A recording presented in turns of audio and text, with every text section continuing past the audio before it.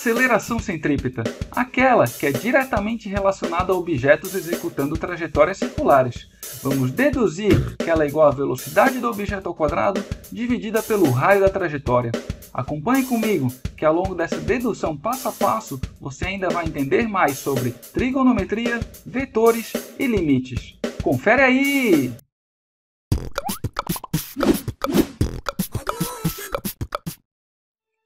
Então, se você gosta desse tipo de conteúdo que eu venho produzindo, curta esse vídeo, se inscreva no canal e ative o sininho de notificações, assim você não perde nenhum conteúdo quando eu vier a produzir. Agora vamos ao problema. Nós vamos tratar esse problema considerando o movimento circular uniforme, que é aquele em que um objeto qualquer percorre uma trajetória circular de raio r e com velocidade sempre constante. Cuidado!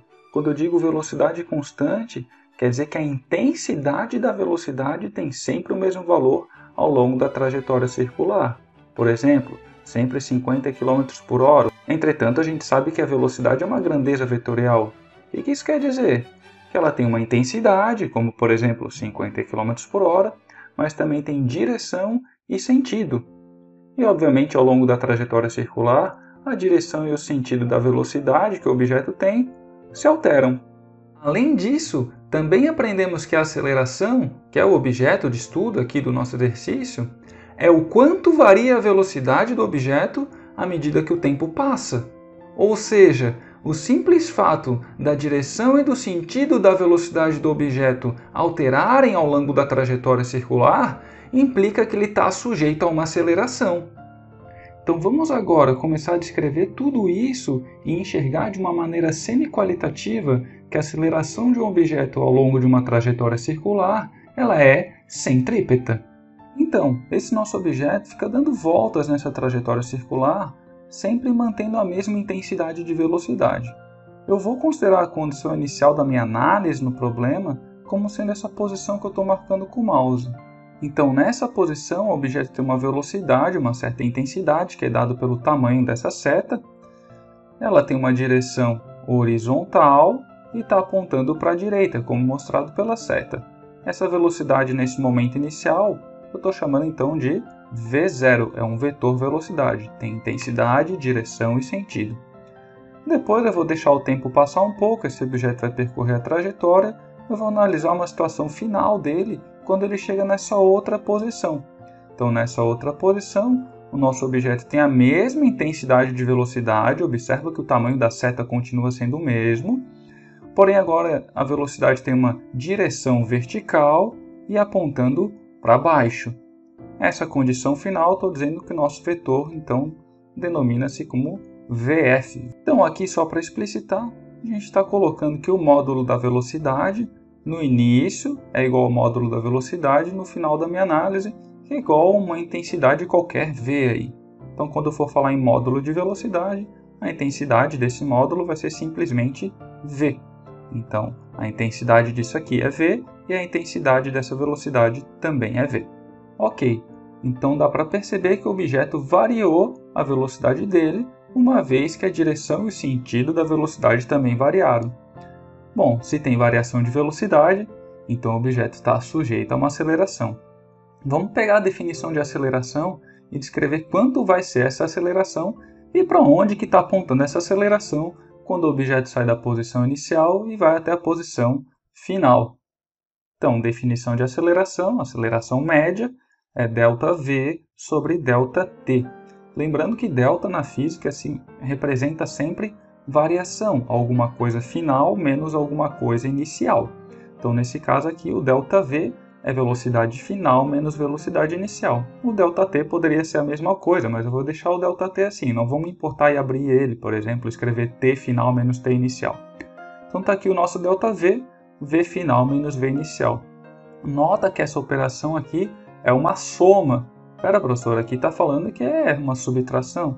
Claro, não deixa de ser uma soma, porque afinal de contas eu estou somando o VF mais o negativo da velocidade inicial. Então, se eu souber fazer essa conta velocidade final menos velocidade inicial do ponto de vista vetorial, eu vou descobrir a direção e sentido do ΔV. E, obviamente, como isso aqui é uma igualdade, se eu descobrir a direção e o sentido desse lado, Obviamente, do outro lado, a direção e o sentido, a aceleração, tem exatamente a mesma direção e sentido do ΔV. Então basta a gente descobrir para onde é que está apontando o vetor variação de velocidade, que a gente vai descobrir para onde é que está apontando o vetor de aceleração média. Nota que nessa análise a gente está verificando simplesmente a posição final e a posição inicial. Tudo bem, ele fez a trajetória circular, mas a gente não está preocupado com o caminho que ele fez aqui no meio para fazer essa conta. Nessa conta simplesmente aparece a situação inicial e situação final. Beleza, eu vou pegar esse pedacinho aqui e analisar ele um pouco mais em detalhe aqui no lado. Então tá aqui esse pedacinho, vamos lá, temos a velocidade inicial que está apontando para a direita, tem uma intensidade V, essa é a velocidade inicial, né? Tem um módulo V, depois ele chega na posição final aqui, que ele vai ter uma velocidade final que tem a mesma intensidade V. Vamos fazer essa operação vetorial do ponto de vista gráfico, aquela soma básica que a gente aprende de somar vetores, né? Pega o vetor velocidade final e soma com menos VI. Somar vetor é colocar um na ponta do outro. Então a gente tem a velocidade final que está para baixo. Esse aqui é o nosso V0 positivo. Se eu quero menos V0, que é a condição inicial que a gente tem aqui, o VI, é só virar a setinha para o outro lado. Então, somando os dois vetores, a gente fica desse jeito. Velocidade final mais o menos V0. Bom, o resultado dessa soma de vetores é simplesmente pegar o início e ligar até a ponta no final.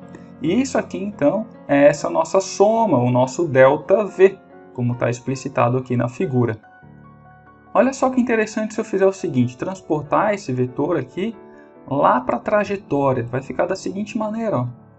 Então já dá para perceber, ter uma noção intuitiva, que quando o objeto faz uma trajetória circular, se eu olho a posição final e a posição inicial dele, tudo me indica aí que ao analisar somente as extremidades dessa trajetória, o objeto tem uma variação de velocidade que está apontando para o centro dessa trajetória. E nota que se eu descobrir o ΔV, eu descobri a direção e o sentido da aceleração também que esse objeto sofreu. Ou seja, a aceleração aqui está apontando para o centro da trajetória. Ok, eu vou pegar agora um pedacinho um pouco menor dessa trajetória e verificar o que acontece novamente com esse vetor ΔV. Então vamos lá, pegar um pedaço um pouco menor da trajetória. Vamos fazer o seguinte. Vamos pegar agora um vetor velocidade numa posição intermediária, que é esse vetor velocidade final. E vou fazer a mesma análise. Nota que continua tendo a mesma intensidade. Não mudou a intensidade do vetor, continua tendo o mesmo módulo, se era 50 km por hora, aqui também é 50 km por hora, porém mudou a direção e o sentido, então tem aceleração. Vamos analisar para onde é que está essa aceleração novamente. Então para esse pedacinho, está aqui a velocidade inicial, apontando para a direita, e a velocidade final agora com uma certa inclinação aqui. Vamos fazer a mesma análise, a mesma soma vetorial. Então velocidade final mais o menos V0, que está apontando para o outro lado agora, né? Mudei a direção e o sentido, afinal é negativo aqui. Então agora é só somar, que é simplesmente ligar as pontas aqui. Então essa soma é o nosso ΔV. Então se eu descobrir que o ΔV tem essa direção e sentido, isso é o ΔV, então a gente descobriu a direção e o sentido da aceleração também. Então vamos transportar esse ΔV novamente lá para a figura. E olha que legal! Peguei uma trajetória um pouco menor e percebi que o ΔV de novo está apontando para o centro da trajetória, ou seja, a aceleração está apontando para o centro da trajetória. Esse resultado é simplesmente fantástico, porque agora a gente pode extrapolá-lo para uma situação em que a gente pode analisar trajetórias cada vez menores, ou seja, com intervalos de tempo entre uma posição e outra cada vez menores, e a gente pode perceber, por analogia, que a aceleração vai estar sempre voltando para o centro da trajetória. Ou seja, se eu pegar para um tempo infinitesimal, um infinitésimo de tempo, aquele que o intervalo de tempo entre uma posição e outra é praticamente zero, eu vou estar olhando praticamente em cima da mesma posição. Ou seja, essa trajetóriazinha aqui vai ser ridiculamente pequena. Eu vou estar olhando em cima da mesma posição praticamente. E aí, segundo essa analogia, como esse intervalo de tempo é muito pequeno e essa trajetória é muito pequenininha, muito curtinha, a aceleração, quando eu olho num instante de tempo qualquer, vai estar sempre apontando para o centro da trajetória. Então tá aí, a partir de uma análise semi-qualitativa, a gente consegue observar que a aceleração que o objeto está sujeito ao longo de uma trajetória circular é sempre centrípeta, em qualquer instante que eu olhar para ele ao longo da trajetória. Se ainda não ficou tão claro para você que a aceleração é centrípeta no movimento circular uniforme, através dessa análise semi-qualitativa, confere agora uma análise quantitativa, uma análise raiz, que vai te mostrar que a aceleração ela é centrípeta e que ela é igual a v² sobre r. Vamos lá! Para isso, nós vamos utilizar o plano cartesiano, aquele famoso, onde y é positivo para cima, x é positivo para a direita. Por que vamos utilizar o plano cartesiano? Nota, a gente precisa partir da equação de aceleração média, Vf menos Vi sobre ΔT. Então eu preciso descrever quem que é o vetor velocidade final e o vetor velocidade inicial no plano cartesiano. Então vamos lá. Primeiramente, nosso vetor velocidade inicial. Observe que ele está na direção horizontal, apontando da esquerda para a direita, conforme mostra a seta, ou seja, ele aponta na direção de x positivo. E ele tem um módulo, uma intensidade, que é sempre v. Então vamos descrever esse vetor. Está lá. Então o vetor velocidade inicial, que é o nosso v0, então ele tem uma intensidade v, vezes um versor unitário. O que é esse versor unitário? É um vetor de tamanho 1 que indica para a gente que ele está apontando na direção de x positivo. Temos que descrever também o vetor velocidade final. E já dá para perceber que em relação à horizontal, ou seja, o eixo x, ele tem uma certa inclinação e, portanto, então tem uma componente dessa velocidade que está atuando no eixo x, uma componente no eixo y. Ou seja, um percentual dessa velocidade aqui tem a direção no eixo x e um outro percentual no eixo y. Pensando numa soma de vetores, esses dois, Vx mais Vy, dão a resultante que a gente tem aqui, que é o Vf. Ou seja, a gente pode pensar esse vetor Vf como sendo uma soma de dois outros vetores, Vx mais Vy. Então vamos escrever esse vetor Vf em função de Vx e Vy. Então tá lá, ó. A gente fica aqui vetor velocidade final, é o Vx, o tamanho do vetor na direção x, vezes o versor unitário, que indica que é o eixo x positivo, menos o tamanho do vetor velocidade final no eixo y, que está aqui, Vy, vezes um novo versor unitário aí que a gente chama de j, que indica que é para o eixo y. Ok, só que o nosso problema é em função do módulo v e não de Vx e Vy. Então como é que a gente pode descrever Vx e Vy em função de v? Vamos lá. Para isso, a gente vai utilizar duas funções bem conhecidas, cosseno do ângulo alfa e seno do ângulo alfa. Vamos lá para as definições, lembrar isso. O que é a definição de cosseno de um ângulo qualquer? É o cateto adjacente ao ângulo dividido pela hipotenusa. Então vamos ver lá, quem que é o cateto adjacente ao ângulo alfa? É o Vx. A hipotenusa é o Vf, cujo módulo dele é v. Então a gente pode substituir aqui na equação como sendo Vx sobre v. Então se eu quero descrever quanto vale Vx, é só passar o v para lá multiplicando. A gente vai ficar aqui Vx é igual a v vezes cosseno do alfa. Bom, para descrever o Vy de maneira semelhante, só que a gente vai usar o seno agora. Então o seno do ângulo qualquer é o cateto oposto ao ângulo, que nesse caso é o Vy, sobre a hipotenusa, que continua sendo o mesmo Vf, que tem o módulo v. Então substitui na equação Vy sobre v e isola Vy. Nós vamos chegar aqui, Vy é igual a v vezes seno de alfa. Ou seja, a gente pode pegar agora o resultado de Vx e Vy e substituir aqui na equação de Vf, que vai ficar da seguinte maneira. Vf igual v cosseno alfa na direção i, menos v seno alfa na direção j. Professor, mas ainda assim você tem uma equação de velocidade final em que depende de um ângulo alfa, que também não faz parte, não é uma variável que faz parte do nosso problema. Para resolver isso, a gente vai dar uma analisada nessa figura. Observe o seguinte, que aqui a gente tem um triângulo retângulo, que a gente sabe que a soma dos ângulos internos a um triângulo qualquer dão sempre 180 graus, e aqui a gente tem uma linha horizontal, que a gente sabe que esse traçado que eu estou fazendo com o mouse aqui também dá um ângulo sempre de 180 graus. Então vamos descrever esses ângulos para essas duas situações.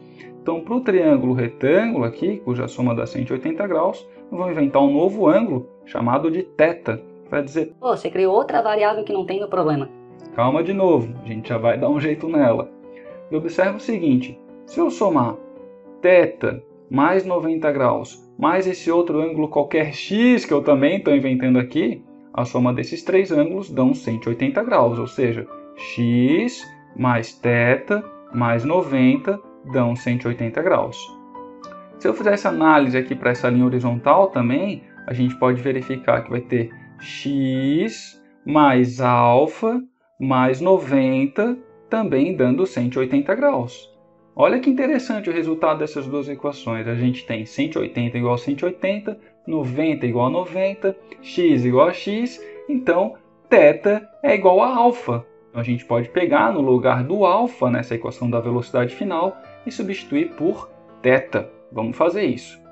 Ainda assim a gente não resolveu o problema, afinal θ não é uma variável que existia no nosso problema no início, a gente inventou, então a gente tem que dar um jeito nela ainda.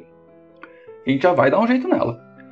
Bom, vamos agora substituir os valores de velocidade final e velocidade inicial na aceleração média. Fazendo isso, a gente chega então que a velocidade final, substituindo todos esses termos, então aparece aqui v cosseno θ na direção y menos v seno θ na direção j, menos a velocidade inicial, que é v vezes i. Então está aqui também. E o ΔT continua lá. Então aqui a gente chegou numa equação para aceleração média, quando a gente está analisando uma partícula saindo de uma posição qualquer, demorando um certo intervalo de tempo para percorrer essa trajetória, chegando numa outra posição qualquer.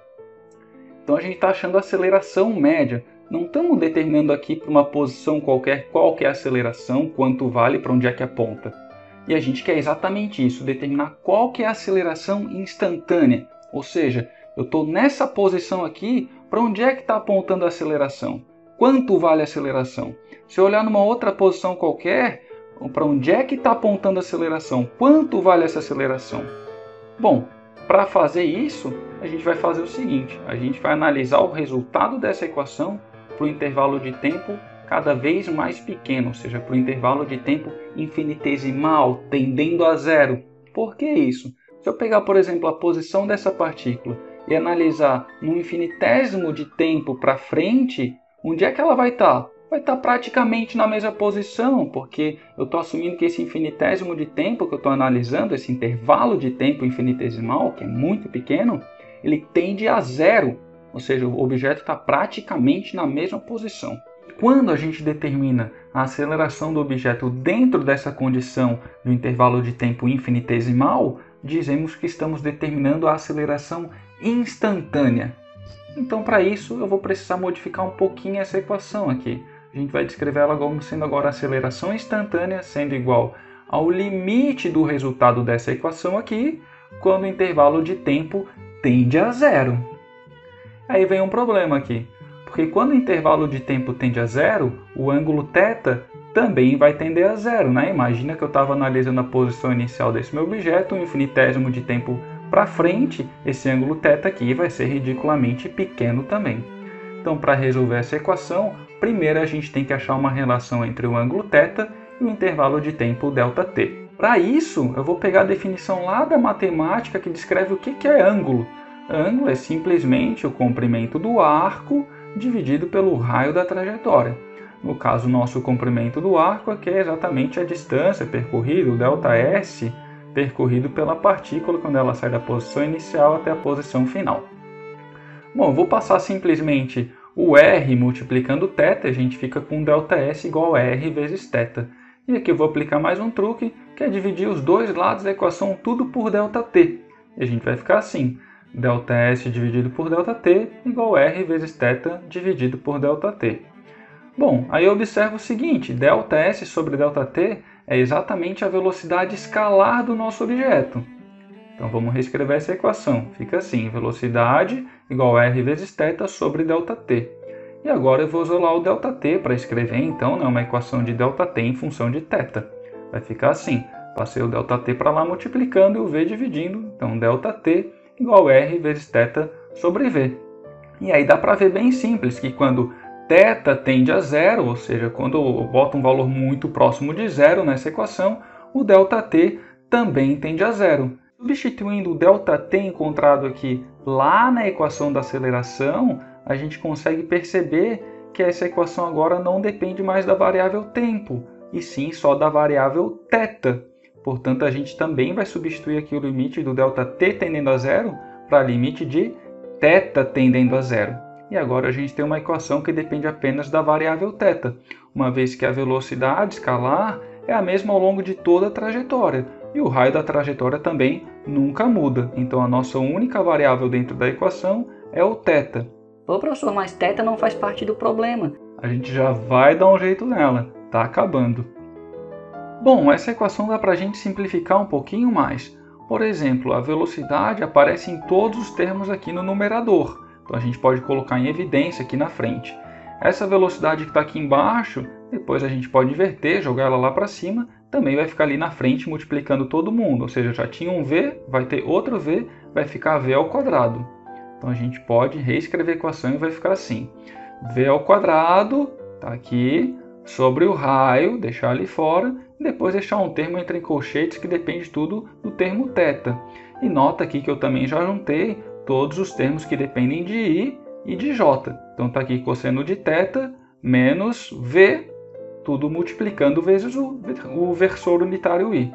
Depois tem o termo seno de θ que está sozinho ali com o versor unitário J. V quadrado sobre R ele é constante, não varia com θ, então a gente pode jogar para fora do limite e depois aplicar o limite de integração em cada um dos termos separadamente, que é o que a gente está fazendo no próximo passo. Então está aqui o v quadrado sobre r fora do limite de integração, porque ele é constante, e o limite de integração aplicado a cada um dos termos acima. E aqui que vem o pulo do gato, final. Se você aplicar na calculadora seno de θ sobre θ para valores de θ muito pequeno, por exemplo, quando θ for 0,000001 graus, você vai verificar que o resultado dessa divisão vai dar aproximadamente 1. Só toma cuidado, se você for fazer isso na calculadora, de certificar que você transformou θ para radianos. Já esse outro termo, se você colocar na calculadora, fazer cosseno de θ menos 1 e dividir por θ, quando θ tende a zero. Então, de novo, pega um valor de θ muito pequeno e faz essa conta. Você vai perceber que o resultado dessa conta dá aproximadamente zero. Então, esse termo da equação vai embora, não importa para a gente. E o segundo termo, como resultado, dá apenas menos j. Então, fazendo menos j vezes v quadrado sobre r, a gente chega no resultado final, onde a aceleração centrípeta é igual a menos v quadrado sobre r apontando na direção j, onde a direção j, quando eu estava analisando nesse ponto, nesse instante aqui, é a direção do eixo y, só que como o sinal é negativo, está apontando para baixo, ou seja, quando o objeto está nessa posição, ele está sujeito a uma aceleração centrípeta apontando para o centro da trajetória. Obviamente eu fiz essa conta aqui analisando o objeto nessa posição. Se eu analisasse o objeto em outra posição, fizesse essa conta tudo de novo, igualzinho, a gente ia chegar no mesmo resultado, que a gente tem um objeto sujeito a uma aceleração que está apontando para o centro da trajetória. Ou seja, considerando apenas a intensidade dessa aceleração, como sendo v ao quadrado sobre r, sem se importar com o sinal, a gente chega que para qualquer posição que o objeto passe por essa trajetória circular, ele vai estar sujeito a uma aceleração centrípeta de intensidade igual a v ao quadrado sobre r, apontando sempre para o centro da trajetória, sempre para o centro da circunferência.